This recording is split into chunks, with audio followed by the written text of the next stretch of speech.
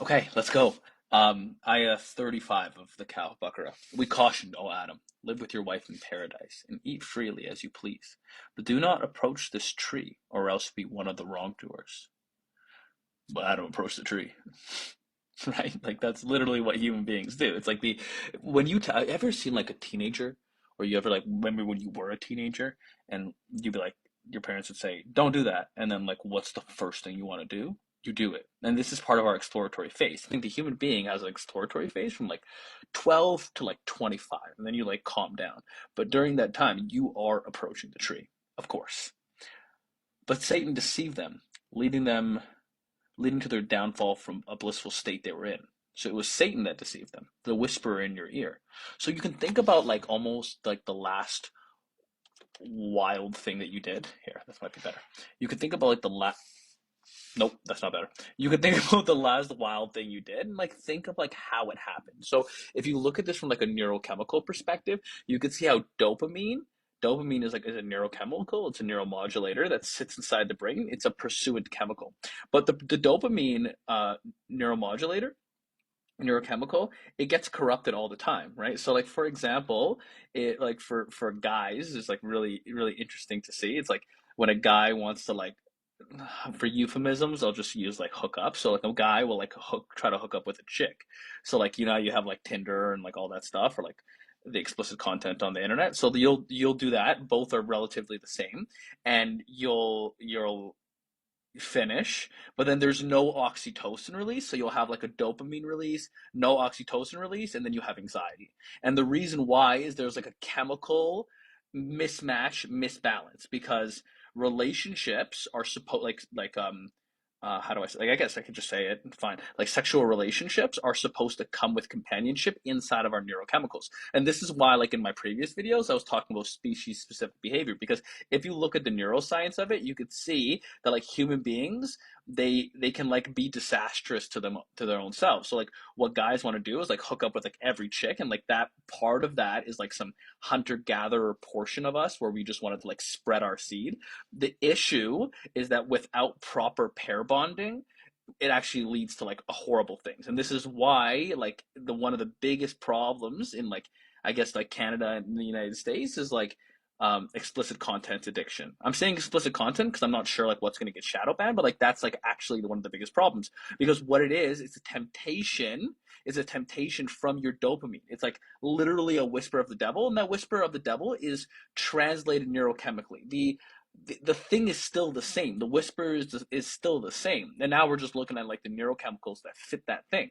Sorry if this is too like scientific. Basically, like dopamine is the pursuant chemical inside the brain that makes you want to do stuff.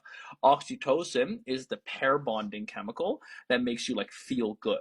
Right? So if you mate, I'll use mate. That's much better. So if you mate with somebody that you're in like an actual committed relationship with, what ends up happening is you have normal oxytocin release. So you have dopamine, you pursue the lady, you and the lady do the jimmy jammy, and then oxytocin releases, and that's where all the cuddling and like all that stuff is there. Sorry to give you a neurochemical lesson, or maybe I'm not sorry for it, but this, and you can clearly see like, but Satan deceived them. So like you're always being, that's how I'm looking at it. Like you're always being deceived and leading to your downfall from a blissful state. And what this is one of the reasons why like anxiety is increasing, because all we do, and this is like what we do on TikTok. Like you find yourself scrolling on TikTok, like what you're doing is you're just using up all your dopamine. And then what ends up happening is because you're using all your dopamine, you're lacking motivation, and you're not able to be in tune with your body. And because you're not in tune with your body, you have anxiety that's like behind the dam, and then as soon as like something bad happens, like the anxiety pops up. No, my friend, the anxiety was always there. You just been ignoring yourself for a long time, and this is why I'm talking about species specific behavior, because it seems like from a neurochemical adaptation perspective, the way you behave, you can behave in a certain way that's better for you. And the argument that like Christianity and Islam or whatever, like any religion is putting forth, is like this is how you behave, which is good for you.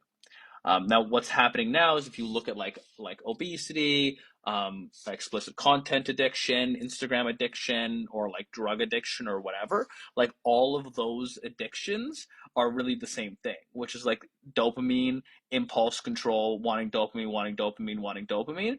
And then what ends up happening is you have anxiety because of the rest of the neurochemicals, like something's broken inside of you. Like your serotonin levels are off. Serotonin is like your confidence levels. This is important for you to know. So like, I'm sorry if this is nerdy, but it's like, it's important for you to know that like your serotonin is like based off of like where you sit inside of your society. So if you're at the top of the society, you'll have higher serotonin. Here's the weird thing. You can create your own value hierarchy. And this is like where religion comes in. So if you're like a religious Christian and you're like at the top of like being a religious Christian, so you're like connected to God, your serotonin levels will be higher and you won't feel the need to like crave cheap dopamine. And what dopamine does, it just leads people to despair. So if you find somebody who has like a drug addiction, a sex addiction, explicit pornography addiction, or any of those addictions, what they're doing is they're just like addicted to dopamine. That's like all it is, which is exactly what the whisper of the devil is. So like they didn't know the neurochemicals before, but it's like explaining it clearly. To which I would ask is like, how the hell did they know this? This wasn't real. Like, how do they know this? Give me an understanding.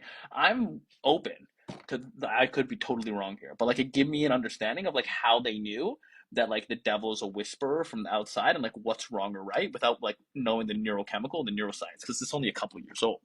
Like the neuroscience of right and wrong is like literally new. Nobody knows it except for like if you're like really nerdy and you read a lot of papers, which is like what I do. So like that's how I know it. Species specific behavior. Species specific behavior. There's something to that. Satan deceived them, leading them to their fall from blissful state that they were in. And we said, descend from the heavens to the earth as enemies to each other. And it's funny to note, like the more like sad you are, the more like you think everybody's your enemy, by the way, which is like your lower serotonin. So like when somebody's at like has like low serotonin, they have higher anxiety because society's not working out for them and they're enemies to each other. You'll find, I don't know, I'm just like reading it in like a way that makes sense, but like I don't know, you know. You will find in the earth a residence of provision for your appointed stay. Like obviously that's true. This is just like the understanding of man. Then Adam was inspired with words of prayer by his Lord. So God taught him some words of prayer. So he accepted his repentance. Surely he's the acceptor of repentance. So this is a little bit different than the Catholics and the Christians, because the Christians believe that this is original sin, whereas it seems like the Quran is saying it's not original sin. He is the acceptor of repentance, most merciful. So again, the God of the Quran is saying, I am the most merciful. I am the most merciful, which is like, come back to God and you'll be forgiven. And if the creator of like the universe forgives you, then like why can't you forgive yourself? Like why? Why are you doing that to yourself? That's whispers from the devil to tell you to hate yourself, to be negative towards yourself. You shouldn't be negative towards yourself. You're okay. Even if you messed up, you're okay. Just stand back up. You'll be okay. I promise. Forgive yourself. It's better that way. Don't torture yourself. You're put onto this earth to learn, to be tested. Don't torture yourself. We descend, and then we descend. We said, descend all of you. Then, when guidance comes to you from me, whoever follows it, there will be no fear for them, nor will they grieve. Well, there you go. Again, you don't. It doesn't have to be that simple. It doesn't have to be that complicated. It's pretty simple. No one's like, you're gonna go to hell. Relax. Everybody, calm down. But those who disbelieve and deny our signs will be residents of the fire. Now, if you notice, the people who disbelieve, their neurotransmitters are off. Like literally, they're in the fire. Like right now, their souls are in the fire right now. If you live in like the city, like go to the city, go downtown Toronto. You'll see everybody like hunchback over.